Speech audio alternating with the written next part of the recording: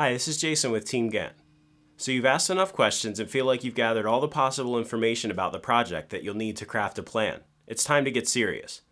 Chances are you're feeling fully prepared and ready to dig into the hows and whens of the project, so it's easy to jump right into your project planning tool and start creating what looks like a well thought out plan.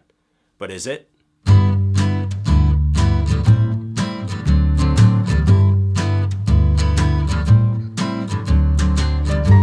If that's your process, that's fine. Just be sure to think through every possible scenario before you put the time and effort into a formalized document. If you don't, you'll have to go back through your work and make adjustments. And we all know that can end up taking far more time than you bargained for.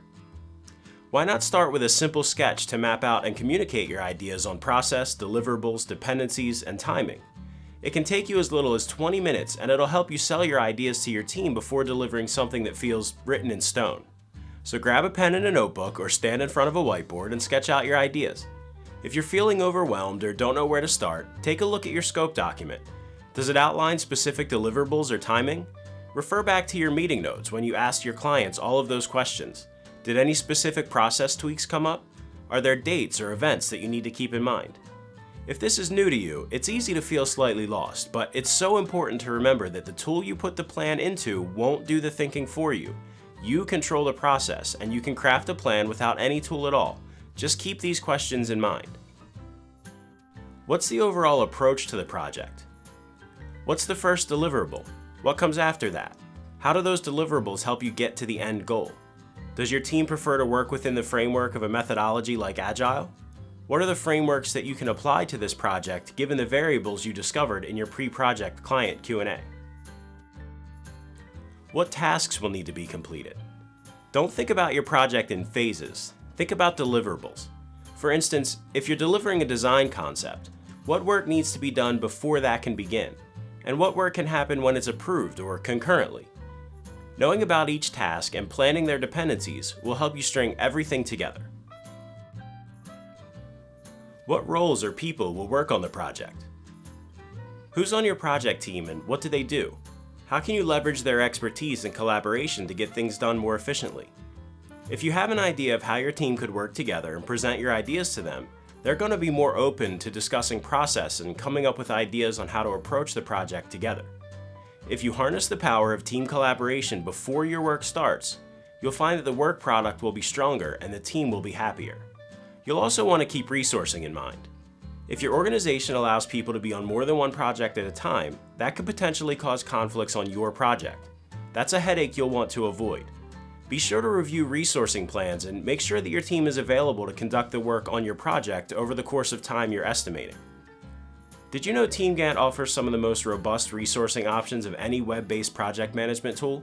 See for yourself with a 30-day trial. Visit teamgantt.com/signup to start your free trial today.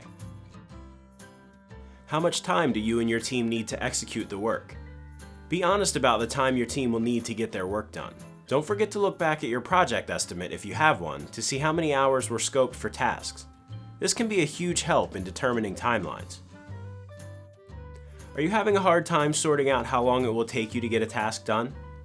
Try a work breakdown structure, a fixture in classic project management methodology and systems engineering that helps you to break a project task into smaller components.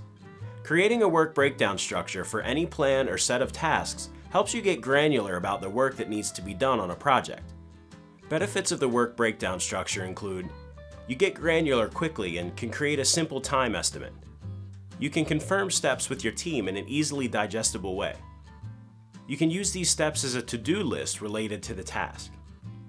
You can use these details to educate your client on the effort involved with any task, and you can identify where others might be able to step in and help based on the tasks that roll up to the main task.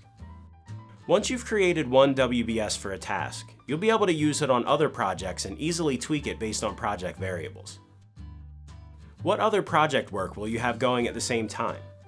If you're working with a team of people who are working on multiple projects, you're going to want to be sure you have a complete picture of each person's availability. If they're responsible for other projects, you'll want to discuss key dates to avoid so you don't make the mistake of double booking and stressing out or upsetting your team. What important dates do you need to block out?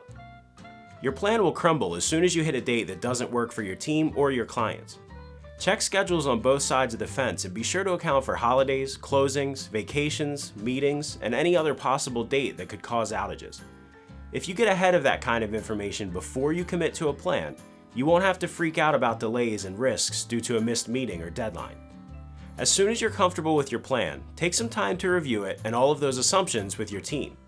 It can be a short, relaxed meeting to work out the overall process, deliverables, responsibilities, timing, and anything else under the sun that could impact the success of the project.